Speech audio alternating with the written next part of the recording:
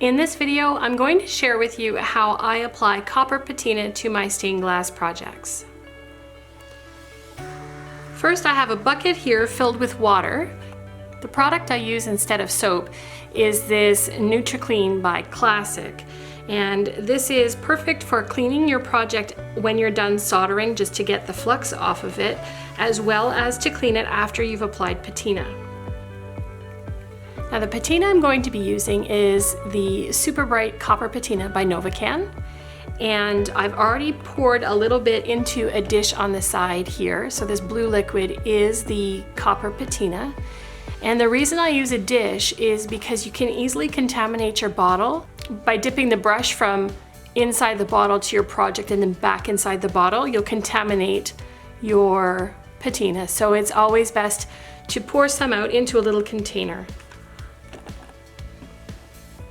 And this is what I'm going to patina today. It's just two little rectangular pieces of glass that have been foiled and soldered together.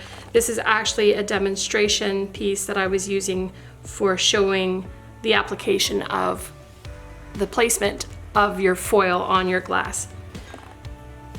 So I'm going to start by dipping my brush into the patina.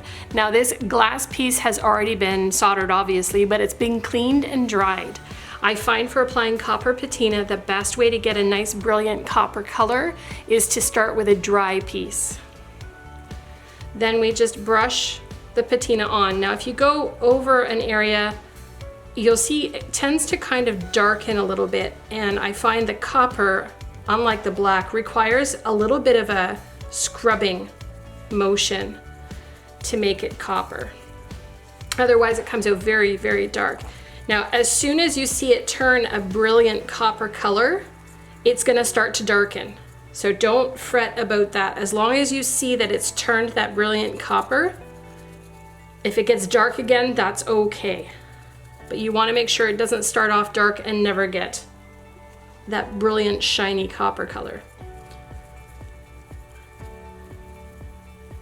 So we just keep dipping the brush into the little pot of patina and make sure that it's covering the whole piece and that everything has a copper appearance. There's no need to let it sit on the glass for any length of time. Once you've applied it and you've seen the color change, the chemical reaction has happened. So you can go ahead and wash it off again. So this bucket, as I said, it just contains the NutriClean product along with some warm water. And I'm just using a little kitchen sponge, a little scrubby sponge. The back has the scrubby side and the yellow is just the regular sponge. And we'll just go around and wash this off. Okay, so you can see it's gone a very dark brownish color. It's almost bronze in appearance. It's not that nice shiny copper. That's okay. Once we polish it, it will come back up to a nice brilliant shine. So the next step is to dry this off. Once it's dry, we'll move on to doing the polishing. So what I like to use to polish my stained glass projects is this stained glass finishing compound. This is by Clarity. And this tends to separate in the bottle, so I'm just going to give it a really good shake. And then we can get started. And what I use to apply the polish to my projects is just an old t-shirt rag. You want something nice and soft. So we'll start by just squirting out a little bit of this product onto the glass. And you can see it's kind of a white creamy color, almost like melted ice cream, the appearance of it. And using the rag, we're just gonna start buffing this. And already you can see the difference between the outer edges, how dark that is, and how brilliant this center piece that I've just buffed is. So when you're polishing, it's a matter of applying the polish. At this point, we're kind of buffing it, but not really trying to buff it clean because we need to let the wax or polish dry on here.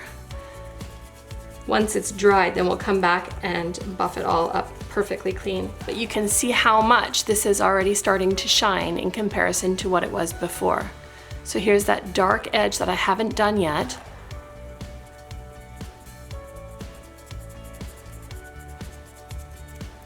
And after a few passes, a little bit of elbow grease, the piece comes up beautiful and shiny.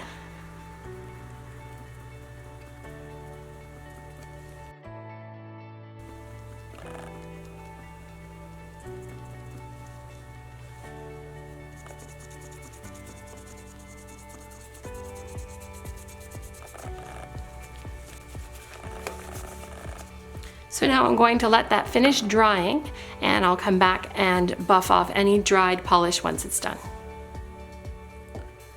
So after a few minutes, your polish will be dry, and you can go ahead and do the final buff on your stained glass piece, and you'll be able to get rid of any of that white residue that might be remaining on the glass. And you really want to concentrate on cleaning up around the edges of the foil. Make sure that no polish has been left behind and in those little creases along the seams.